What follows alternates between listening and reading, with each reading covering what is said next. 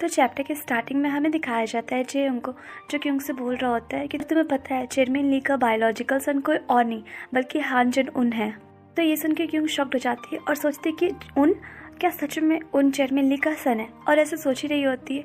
तभी जेयोंग बोलता है कि वो तुम्हारे कारण उस दिन मर गया, तो तुम अब ऐसा फेस क्यों बना रही जैसे तुम्हें दुख हो रहा है, तुम्हें तो स्माइल करना चाहिए ना, तुम तो यही चाहती थी, तो तुम अब खुश हो, इतना उदास क्यों हो अब। और वैसे भी तुम स्कूल यही काम से आई थी, तुम्हें रिवेंज लेना था, तो अब तुम्हारा मिशन कंप्लीट हो गया है, तो अब तुम खुश हो ना, स्माइल करो। तो क्यों बोलती कि प्लीज़ ऐसे मत बोलो और पीछे हटो। तो जेयोंग बोलता है कि अब तुम ये मत बोलना कि तुम्हारा रिवेंज टारगेट जो था उसके प्यार में तुम पड़ गई हो। तो क्यों बोलती कि प्लीज़ मुझे जाने दो। तो जेयोंग बोलता है कि तुम्हें उसके लिए बुरा फील हो रहा है और तुम्हें मेरे लिए कभी रिग्रेट फील हुआ है जो तुम मेरे साथ की हो। तो क्यों बोलती है कि मुझे नहीं पता, बस मुझे जाने दो, प्लीज़ मुझे यहाँ से जाने दो।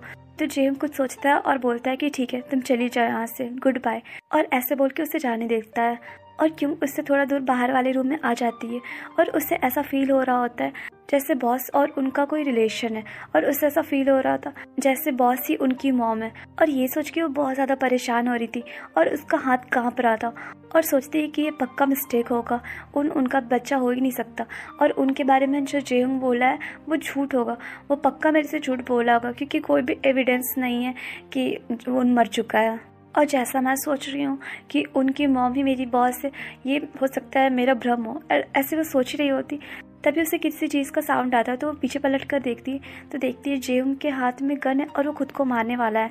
तो जल्दी से उसके पास जाती है और गन को ऊपर कर देती है जिससे गोली ऊपर ही लगती है और जेयोंग बच जाता है। तो ये देखिए क्यों बहुत रोती है और बोलती है कि बताओ जेयोंग तुम ऐसा क्यों कर रहे हो, प्लीज़ जेयोंग ऐसा मत करो, और मैं तुमसे माफ़ी मांग रही हूँ, प्लीज़ ऐसा मत करो, मुझे पता है कि मैंने तुम्हें बहुत हर्ट किया है, लेकिन प्लीज़ तुम ऐसे खुद को मत ख़त्म करो। और इधर जेयोंग सोच रहा होता है कि एक बुलेट काफ़ी था मेरे ज़िंदगी को ख़त्म करने के लिए, और मैं ऐसे डिफ़िकल्ट रास्ता क्यों चुन रहा हूँ ज़िंदा रहने के लिए, ये मेरे लिए इजी है और मैं इसे इतनी देर से इग्नोर क्यों कर रहा था।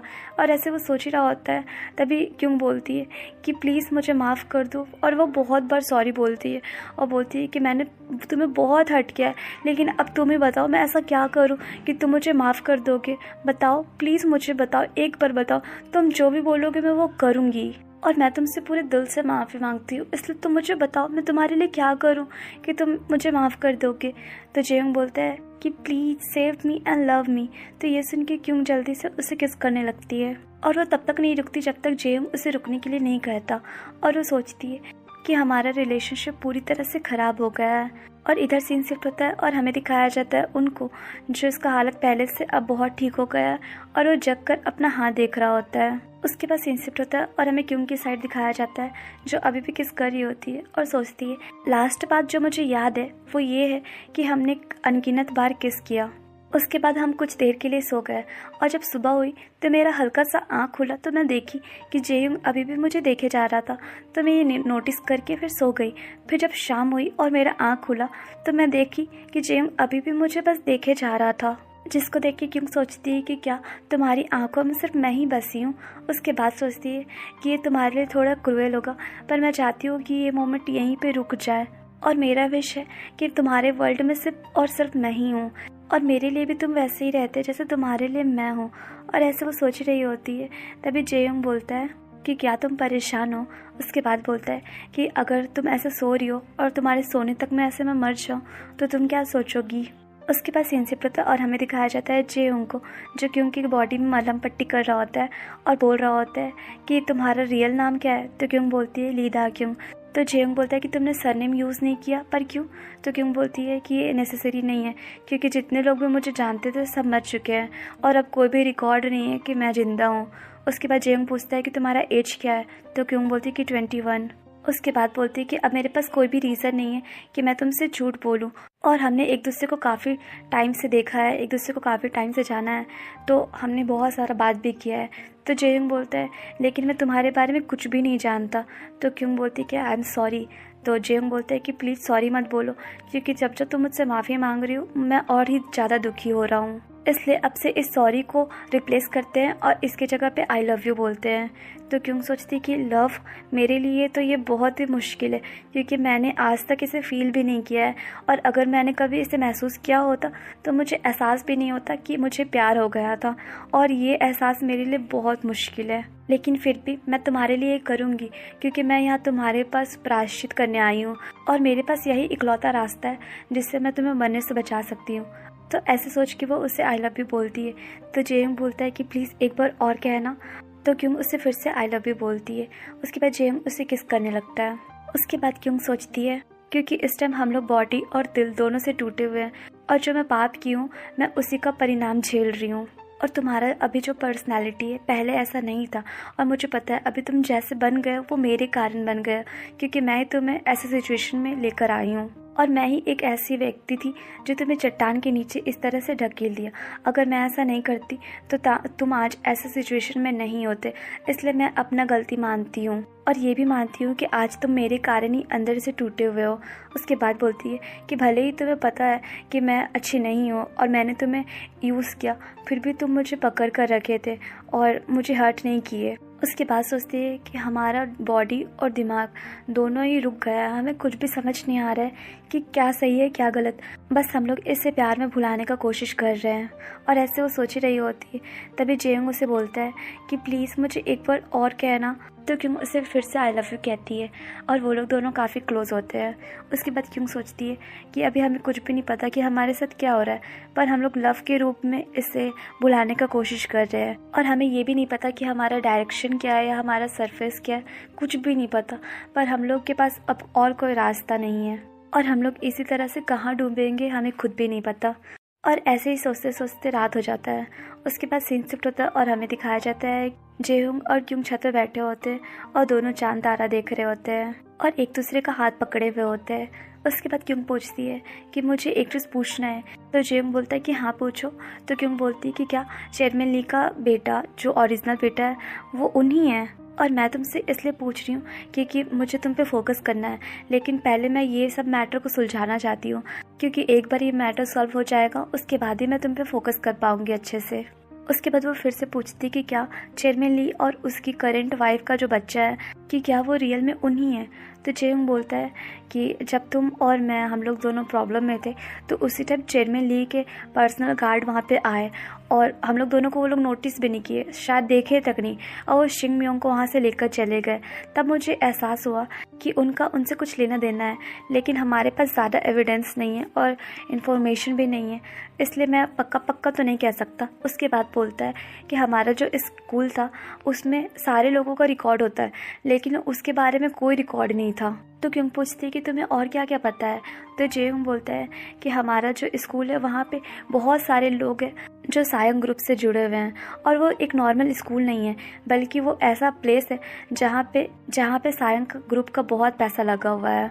और मुझे लंबे समय से संदेह था कि सायंग ग्रुप का अगला वारिस बनने के लिए उन काफ़ी हद तक तैयार था, इसलिए मैंने उनके बारे में पता लगाने का सोचा, और मैंने ये भी सोचा कि आखिर वो लोग इसे इतना क्यों छुपा रहे हैं। उसके बाद बताता कि 2 वीक्स के बाद मेरे फादर के साथ मेरा डिनर अपॉइंटमेंट है, तो मैं तुम्हें वहाँ लेकर जाऊँगा, तो तुम अपने आंखों से खुद देख लेना। तो क्यों बोलती है कि ठीक है, इतना काफ़ी है। और मन में सोचती है कि उन चेयरमैन ली का बेटा था जो अब मर चुका है, तो मुझे अपने रिवेंज में सक्सेस मिल गया। उसके बाद सोचती कि 1 मिनट के लिए तो मैं बहुत गलत ही समझ ली थी, मुझे लगा था कि उन मेरी बॉस का बेटा है, और मैं गिल्ट में चली गई थी कि मेरे कारण उनके बेटे की मृत्यु हो गई। उसके बाद सोचती कि सॉरी बॉस, मैं गलत ही समझ ली थी, और मुझे ऐसा लग रहा था जैसे आपका वो अपना बेटा है, और मैं इस विचार से बहुत ज़्यादा परेशान हो गई थी कि आपका अंश इस दुनिया में मौजूद था जिसे मैंने मार दिया, लेकिन अब मुझे तो पता है कि ऐसा कुछ भी नहीं है और ये मेरा भ्रम था, तो अब मैं कुछ भी नहीं सोचूंगी। उसके बाद सोचती है कि बॉस, मैं आपको बॉडी रिकवर तो नहीं कर सकती, और इस दुनिया में कुछ भी नहीं है जो आपसे बिलोंग करता हो, और अगर आपका चाइल्ड होता तो मुझे इसके बारे में कैसे नहीं पता होता। मैंने अपना पूरा ज़िंदगी आपके साथ गुजारा है, 1 मिनट के लिए भी आपसे दूर नहीं हुआ है, तो फिर मुझे कैसे नहीं पता होता। उसके बाद याद करती है पास्ट का मोमेंट जिस टाइम वो किसी से पूछ रही होती है कि बॉस फिर से कहाँ गायब हो गई। तो वो मेंबर बोलता है कि दाग्युंग इट्स ऑल राइट, बॉस को भी थोड़ा टाइम चाहिए अपने लिए, लेकिन हमेशा वो ऐसा नहीं करती, बल्कि वो 1-2 साल के बीच में ऐसा करती है, तो इतना तुम क्यों सोच रही हो। तो क्यों बोलती है लेकिन वो जब भी चाहती है पूरे दिन के लिए गायब हो जाती है। और ज़रा सोचो, इतना बारिश में वो गई है, अगर कोई सूखा वाले दिन चाहती तो मुझे उतना फर्क नहीं पड़ता, पर आज क्यों गई। उसके बाद वो उनका मोमेंट याद करती है जब वो उनसे पूछ रही होती है कि क्या तुम्हारे फादर की डेट हो चुकी है और क्या तुम्हारी मॉम की भी डेट हो गई है। तो उन बोलता है कि हाँ। तो क्यों पूछती कि लेकिन कब। तो उन बोलता है कि लास्ट ईयर से 1 साल पहले। उसके बाद वो दूसरा मोमेंट याद करी होती है जिसमें उन उससे बोल रहा होता है कि शिन म्योंग हम लोग का पीछा कर रहे हैं और अभी तो सामने एक ही इंसान है, लेकिन जल्दी ही बहुत सारे लोग भी आ जाएंगे। और ये सब याद करके क्यों सोचती है कि अगर तुम चेयरमैन ली के ओरिजिनल बेटे होते तो तुम एक सिंगल मैसेज से शिन म्योंग को रोक सकते थे, लेकिन तुमने ऐसा कुछ नहीं किया, तो इसका मतलब तुम उनके बेटे नहीं हो, राइट। उसके बाद सोचती कि क्या तुम सच में चेयरमैन ली के बेटे हो। फिर सोचती कि नहीं नहीं नहीं, मुझे ये सब नहीं सोचना चाहिए, क्योंकि मैं ऐसा फालतू क्वेश्चन सोच रही हूँ जिसका आंसर देने वाला कोई नहीं है, इसलिए चलो अब इस सारे क्वेश्चन को दफना देते हैं। और वैसे भी एंड में मुझे समझ में आ गया है कि उन्हीं चेयरमैन ली का बेटा है, तो और मैंने अपना रिवेंज ले लिया है, तो सब कुछ खत्म हो गया है अब।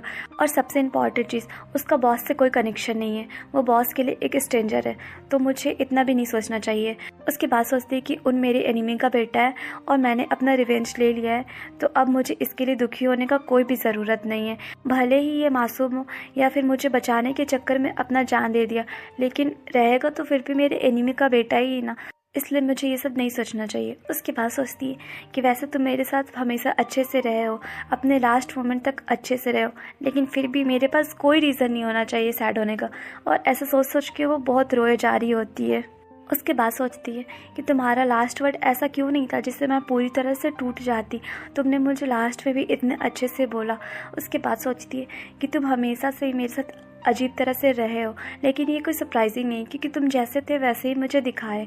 और अब मुझे समझ में आ गया कि तुम भले ही मिस्टीरियस थे और थोड़ा अजीब थे, और कभी कभी मुझे तुमसे डर भी लगता था, लेकिन लास्ट में तुम हमेशा मेरे लिए अच्छा ही सोचे और मेरे साथ अच्छे से ही रहे। उसके बाद वो उनको पूरी तरह से दफना कर गुड बाय बोलती है और सोचती है कि अब मैं एक्सेप्ट कर ली हूँ कि तुम्हारा डेथ हो चुका है, लेकिन ये चीज़ मुझे अंदर से परेशान कर रहा है, क्योंकि तुम मेरे लिए हमेशा अच्छा चाहते थे और मुझे जीवित रखना चाहते थे, और मैंने उस हाथ को थामा जो मुझे हमेशा खुश देखना चाहता था। इसलिए मैं अब और सैड नहीं होंगी और दोबारा कभी नहीं टूटूंगी। तो गाइस, ये चैप्टर यहीं पे एंड हुआ, और आप लोग मुझे कमेंट करके ज़रूर बताइएगा कि आपके अकॉर्डिंग आगे क्या हो सकता है, और प्लीज़ चैनल को लाइक शेयर एंड सब्सक्राइब कीजिए। Bye bye.